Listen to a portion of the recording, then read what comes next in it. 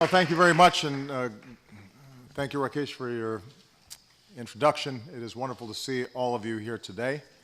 I still remember your eloquent words when we launched this effort 3 years ago, and I'm very grateful for the role you've played and NGOs have played, and all the leadership that's represented here has played in making this a reality, which is making a real difference in the lives of so many countries that are participating. I want to thank my good friend, President Yudhoyono, for your leadership and the example that Indonesia has tried to set as a country that has transitioned from a difficult past to a full-blown democracy. And I also want to thank Minister Kuntoro for hosting us here today. Both of them have shown extraordinary leadership in this partnership over the past several years. President Yudhoyono this will be the last time I think that we see each other in his official capacity, but not in terms of our friendship. And I think that it's fitting that he's participating here today and leading it because it reflects the legacy of his work.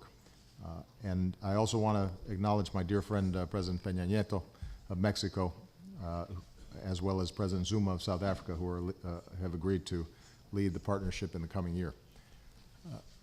I'm thrilled to see so many leaders from civil society, men and women who stand up for equality and opportunity and justice and freedom every single day, and it's not always easy to do.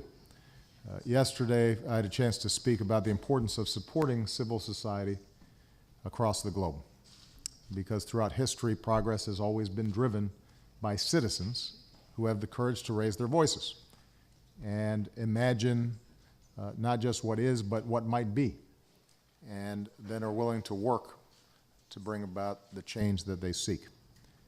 3 years ago, the United States and 7 other nations launched this open government partnership to represent the other side of that equation, because when citizens demand progress, governments need to be able to respond.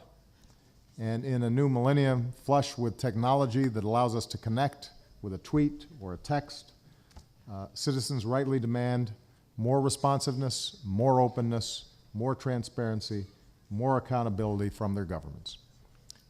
In just 3 short years, this partnership has grown from 8 nations to 64. It's helped to transform the way governments serve their citizens. Together, we've made more than 2,000 commitments, improving how governments serve more than 2 billion people worldwide. More citizens are petitioning their governments online, and more citizens are participating directly in policymaking. More entrepreneurs are using open data to innovate and start new businesses. More sunlight is shining on how tax dollars are spent. And more governments are partnering with civil society to find new ways to expose corruption and improve good governance. Here in the United States, we've been trying to lead by example. We're working to open up and share more data with entrepreneurs so they can pursue the new innovations and businesses that create jobs. We're working to modernize our Freedom of Information Act process so that it's easier for Americans to use, so that they can see the workings of their government. And today I'm proud to announce a series of new commitments to expand and broaden our open government efforts. We're going to work more closely with the healthcare sector and state and local law enforcement, not just to improve public health and safety, but to better protect the privacy and personal information of the American people. We're going to improve transparency with our upgraded website, usaspending.gov, to make it easier for Americans to access and understand how the federal government spends their tax dollars.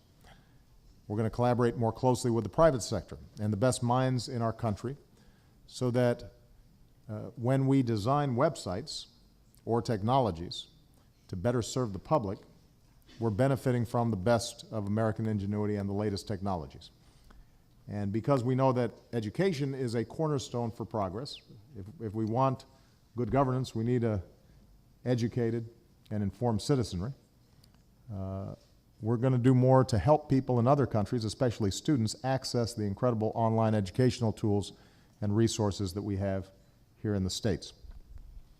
In addition, as part of our leadership in the global fight against corruption, we intend to partner with American businesses to develop a national plan to promote responsible and transparent business conduct overseas.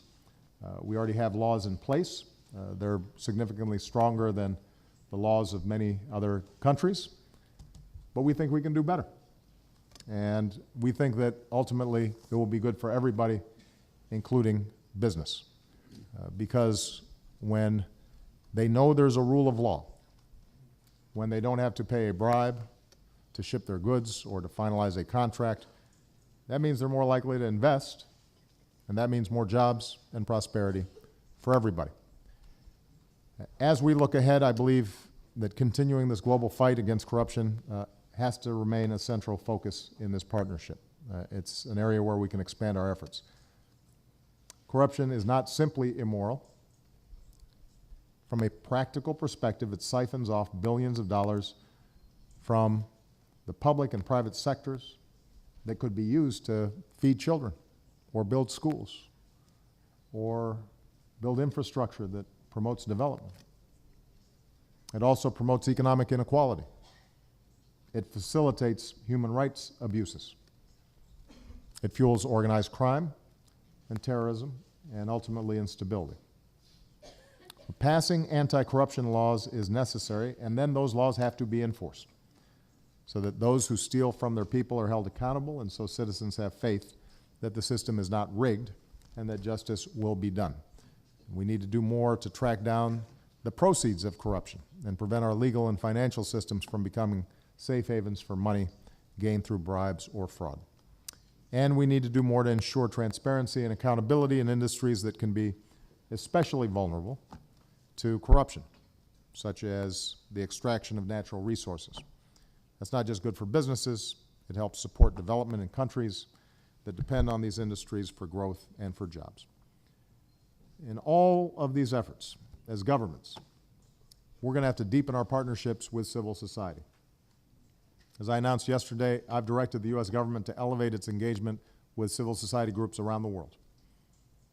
After all, the Open Government Partnership is not simply a partnership between governments, it's between governments and their citizens. At times, this can be frustrating. At times, it can be contentious. I think it's fair to say that all governments think they're doing what's right and don't like criticism. And it's shocking to say that not all criticism from civil society is always fair. But as leaders, making our governments more open does mean that as a consequence of that criticism, there's self-reflection. And it means that questions are asked that might not have otherwise been asked. And that groupthink doesn't develop inside of a government. And the people don't start as easily rationalizing behavior that, if shown in the light of day, people would object to. And as we've seen through the leadership of Rakesh and so many others who are here today, open and honest collaboration with citizens and civil society over the long term, no matter how uncomfortable it is, makes countries stronger and it makes countries more successful. And it creates more prosperous economies and more just societies and more opportunity for citizens. So the achievement of these first 3 years are an example of the kind of steady, step-by-step progress that is possible for people in countries around the world. No country has all the answers. No country has perfect practices. So we have to continue to find new ways to learn from each other, to share best practices, and most importantly, to turn the commitments that we've made into real and meaningful action that improves the daily lives of our citizens. I'm confident that if we do that, we can ensure that we're living up to the basic truth that governments exist to serve the people and not the other way around. Let me just close by saying this. When we started this, we didn't know if it was going to work. And I could not be more proud to see the enormous changes that are taking place all around the globe, in small increments sometimes. It's not flashy. It doesn't generate a lot of headlines. But the work you're doing here is a steady wave of better government and a steady wave of stronger civil societies. And over time, that means that not only will individual countries be stronger, and not only will the citizens in those countries have greater opportunity and are less prone to experience injustice, but that translates into a world that is more just and more fair. And that's the kind of world that I want to leave my children. So congratulations on the good work, but don't let up, as I'm sure you won't, because I know some of you. Thank you very much.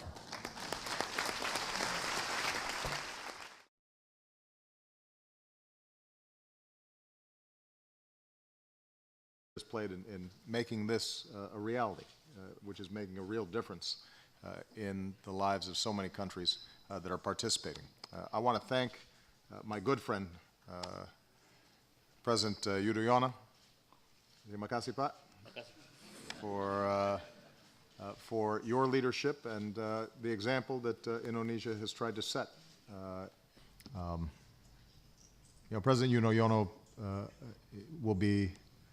this will be the last time, I think, that we see each other in his official capacity, but not in terms of our friendship. And I think that it's fitting that he's participating here today and leading it because it reflects the legacy of his work. And I also want to acknowledge my dear friend, President Peña Nieto of Mexico, as well as President Zuma of South Africa, who have agreed to lead the partnership in the coming year. I'm thrilled to see so many leaders from civil society, men and women who stand up for equality and opportunity and justice and freedom every single day. And it's not always easy to do. Well, thank you very much, and thank you, Rakesh, for your introduction. It is wonderful to see all of you here today. I still remember your eloquent words when we launched this effort 3 years ago, and I'm very grateful for the role you've played and NGOs have played and all the leadership that's represented here as a country that has transitioned from a difficult past to a full-blown democracy. And I also want to thank Minister Kuntoro for hosting us here today. Both of them have shown extraordinary leadership in this partnership over the past several years.